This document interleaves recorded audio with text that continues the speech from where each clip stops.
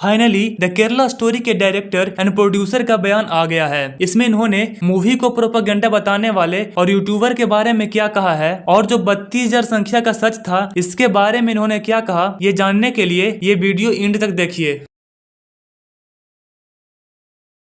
नमस्कार।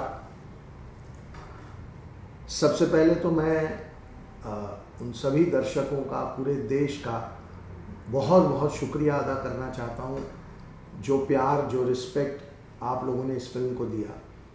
आज ये वीडियो हम इसलिए बना रहे हैं क्योंकि हमने अलग अलग वक्त पे एक वादा किया था कि हम 32,000 के नंबर के बारे में ज़रूर बात करेंगे। इस विषय की गंभीरता को ख़त्म करने के लिए एक बहुत बड़ा मुद्दा लोगों ने 32,000 के नंबर का बनाया है, तो हम आज उसके ऊपर आपके साथ बहुत कुछ शेयर करने वाले हैं। जुलाई 24, 2010 ये एक बहुत इम्पोर्टेंट डे है इंडियन डेमोक्रेसी के लिए।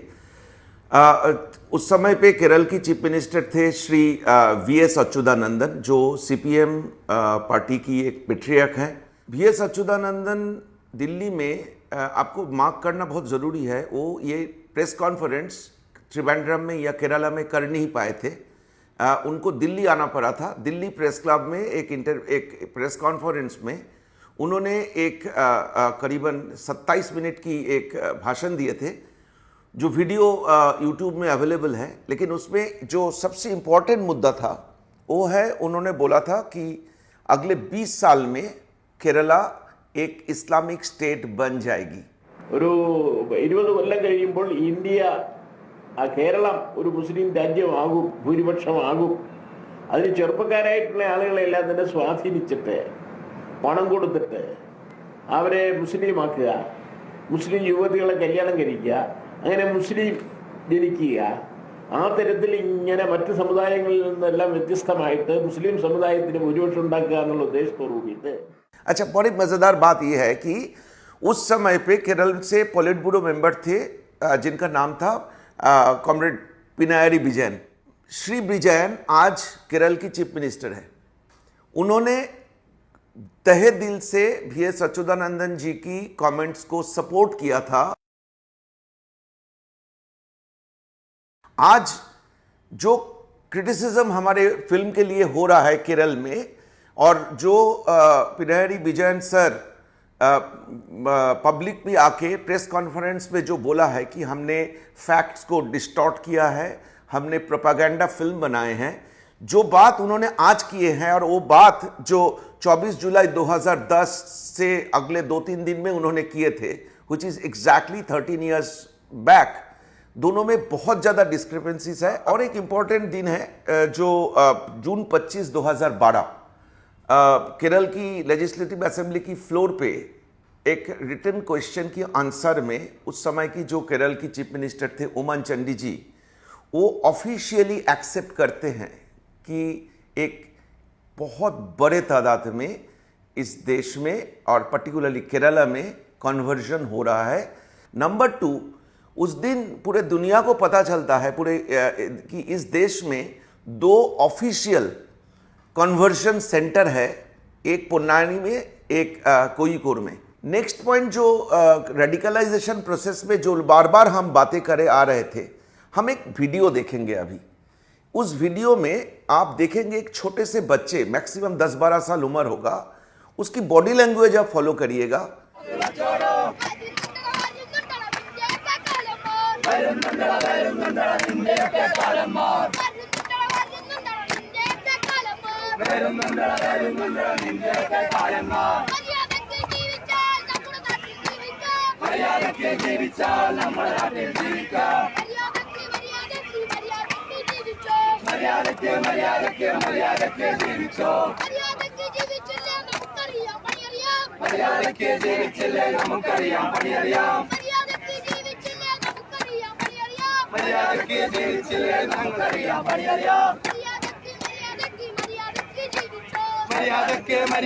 മര്യാദക്ക് ജീവിച്ചോ. ബാബരിയിലും സുജൂദ് ചെയ്യും, ഗാൻവാപ്പിയിലും സുജൂദ് ചെയ്യും. ബാബരിയിലും സുജൂദ് ചെയ്യും, ഗാൻവാപ്പിയിലും സുജൂദ് ചെയ്യും. ഇൻഷാ അല്ലാഹ് ഓർത്ത് വെച്ചോ സംഘികളെ. इंशाअल्लाह ഓർത്ത് വെച്ചോ സംഘികളെ പാകിസ്ഥാനിലും പോകൂല ബംഗ്ലാദേശിലും പോകൂല പാകിസ്ഥാനിലും പോകൂല ബംഗ്ലാദേശിലും പോകൂല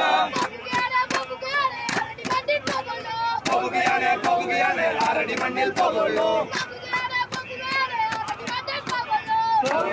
പോവുകയാണ് ആരടി മണ്ണിൽ പോകുള്ളൂ പോകുന്നുണ്ട് സംഗീതി കേട്ടോളൂ പോകുന്നുണ്ട് സംഗീതി കേട്ടോളൂ സംഗീ നിന്നെ കൊണ്ട് ഞങ്ങളങ്ങ് പോകുള്ളൂ സംഗീ നിന്നെ കൊണ്ട് ये जो आपने वीडियो देखा, आप देखिए कि खुलेआम रस्तों पे इस तरीके की नारेबाजी हो रही है और इनके सामने शायद कोई एक्शन लिया भी नहीं गया। तो ये एक बहुत गंभीर और बहुत चिंता का विषय है। ये देखने के बाद आपको जो समाज प्रोग्रेसिव एक टैगलाइन लेते हैं, एक समाज जो एक धर्मनिरपेक्ष टैगलाइन लेते हैं, जो समाज इस देश में धर्मनिरपेक्षता की जो सेकुलरिज्म की जो कैपिटल बोल के क्लेम करते हैं, उसी जगह पे अगर इस लेवल पे रेडिकलाइजेशन छोटे बच्चे में होता है तो क्या उस सिस्टम को सवाल करने की टाइम नहीं आया? और वही काम हम हमारी फिल्म में कर रहे थे। हमारी फिल्म को बार बार लोगों ने कहा कि हम केरल स्टेट के अगेंस्ट हैं, हम एंटी मुस्लिम हैं, हम एक कम्युनिटी या एक धर्म के खिलाफ फिल्म को बना रहे हैं और हमारी फिल्म के अंदर जो जो तथ्य दिखाए गए हैं वो गलत है। तो ये आपको हमने एक वीडियो अभी बच्चे का दिखाया। अब आप एक वीडियो देखिए, ये CNN की डॉक्यूमेंट्री है। It actually seems a fairly well-off village in the verdant Nilambur forests of Kerala's North Malabar belt in Malappuram district. Village Attikad has 50-odd houses home to some 200 people, women and children aged anywhere between 3 and 50. Well-made homes, motorcycles, even cars. The village seems modern had it not been for the medieval, almost anti-modern ideology of the locals. We're told the people here are of the breakaway Damaj Salafi sect of Yemen, living a strictly conservative existence. The Damaj Salafi group in Yemen, are you associated with that? Damaj Salafi. Yeah. We agree with them. Scholar. They are Salafis. From a refusal to talk to media to outright hostility against TV cameras, we came up against a fiercely guarded privacy.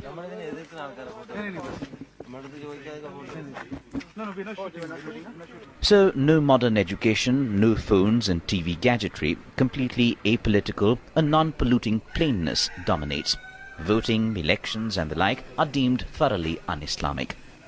The primary occupation, they tell us, is farming and goat shepherding. The new Salafi sect, the Damaj Salafi, has been holding their base and conducting classes for students across the Kerala. Some of the people have left from here and gone to Yemen to go to the parent organization where the large sect of Damaj Salafis are studying and they are learning Quran and other Islamic religious teachings. Now we hear there is another branch of Damaj Salafi which has come up in Sri Lanka, and there's a lot of students are going from here to Sri Lanka to further their studies.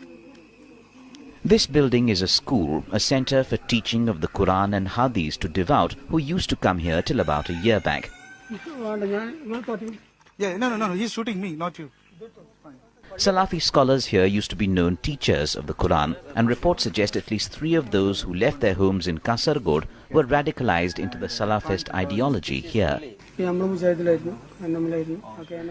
The Amir, the spiritual head of the village, tells us the school shut down a year back, and radicalization charges are lies. In this place we have no Juma, no classes.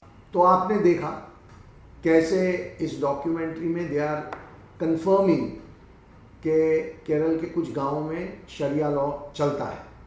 एक और आक्षेप हमारे against लोगों ने लगाया कि हमने 32,000 का नंबर 3 कर दिया।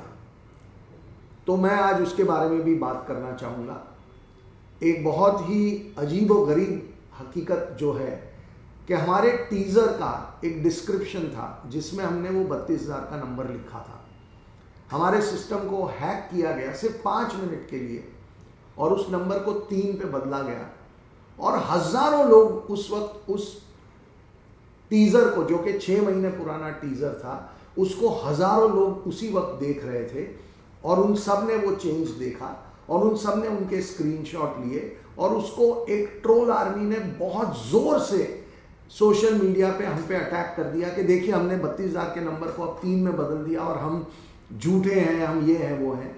तो ये एक सिस्टम हैक था जो हमने 5 मिनट में करेक्ट कर लिया और उसके बावजूद ये अटैक होता रहा और हमें बार बार ये कहा गया कि हमने 32,000 के नंबर को 3 का कर दिया।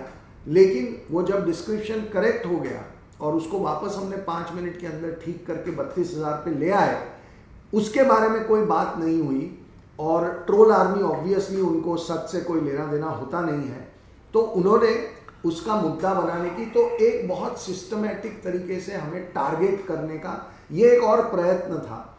तो मैं आज इस बात का भी खुलासा कर दूं कि ये 32,000 से 3 हमने चेंज नहीं किया था, ये हैक हुआ था सिस्टम जिसको हमने रिस्टोर करके फिर 32,000 का नंबर डाला था।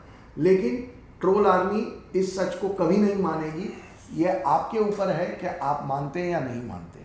और आप सबसे महत्वपूर्ण बात, आप सब ने जो सपोर्ट हमें दिया है और उस सपोर्ट की वजह से ये हमारा फ़र्ज़ था कि हम 32,000 के इस नंबर के ऊपर बात करें। तो उमान चांडी सर ने फ्लोर ऑफ द हाउस जो नंबर प्रेजेंट किया था ऑफिशियल डॉक्यूमेंट में, वो है 7,713, 7,713। ये उनका ऑफिशियल डॉक्यूमेंट है जो हम अब आपको दिखा रहे हैं। और कुछ बहुत ही जाने माने जो यूट्यूबर्स हैं, उन्होंने कहा कि उनकी बहुत बड़ी रिसर्च टीम है और उस रिसर्च टीम ने एक नंबर निकाला जो कि 2,500 का नंबर था, वगैरह वगैरह। वो अगर सचमुच 2 मिनट और रिसर्च करते तो उन्हें पता चल जाता कि उमान चांडी सर ने 7,713 का number floor of the house रखा था। अब हम नंबर जोड़ते जाएंगे और हम 32,000 पे कैसे पहुंचेंगे आप देखिए। 2 ऑफिशियल नंबर हमारे पास है जो न्यूज़पेपर में और केरल गवर्नमेंट की डॉक्यूमेंट में अवेलेबल है, वो आप लोग चेक कर सकते हैं, न्यूज़पेपर में चेक कर सकते हैं। वो है जो केरल में 2 ऑफिशियल कन्वर्शन सेंटर है, पुन्नानी और कोयिकोड में। उसकी 2015 का official conversion number is 900 and 2016 की ऑफिशियल कन्वर्शन नंबर 1312। आर्षा विद्या समाजम एक संस्था है। हम किसी भी लड़की का नाम पब्लिक नहीं करना चाहते, विक्टिम को शेम करना नहीं चाहते। उनके पास 6,500 लड़कियों का डेटा और रिकॉर्ड है। 6,500। आप में से जो कोई भी इस नंबर को चेक करना चाहता है वो आर्षा विद्या समाजम से चेक कर सकता है। हमने उनसे बात की है कि हो सकता है कि लोग आपके पास चेक करने आए और उन्होंने कहा है कि वो पूरा डेटा लोगों को ज़रूर दिखाएंगे। तो यहाँ तक जो नंबर हम लोगों ने जुड़ा वो है 7,713, 900, 1,312 और 6,500। ये आंकड़ा करीब करीब 15,500 से लेकर 16,000 के आसपास की है। अब हम बात करेंगे एडवोकेट प्रसिद्ध विश्वनाथन और उनकी संस्था हिंदू सेवा केंद्रम की। 2002 से इन्होंने मैनिपुलेटिव कन्वर्शन के ऊपर एक क्रांतिकारी काम किए हैं और पिछले 20-21 साल में उन्होंने कम से कम 14 से 15,000 मैनिपुलेटिव कन्वर्शन की केस को हैंडल की है और उस काम के दौरान उन्होंने एक एक केस की केस डिटेल, केस हिस्ट्री को डॉक्यूमेंट किए हैं। उन्होंने हमें बोला है कि अगर आपको किसी को उनकी ये जो संख्या है, इनकी जो केस हिस्ट्री है, ये अगर आपको किसी को उनके साथ उनको देखना है, जानना है, उनके साथ आप डायरेक्टली कांटेक्ट कर सकते हैं। वो खुशी खुशी ये आप लोगों के साथ शेयर करेंगे। ये पहले की 4 संख्या और एडवोकेट विश्वनाथन की 13 से 14 हज़ार की संख्या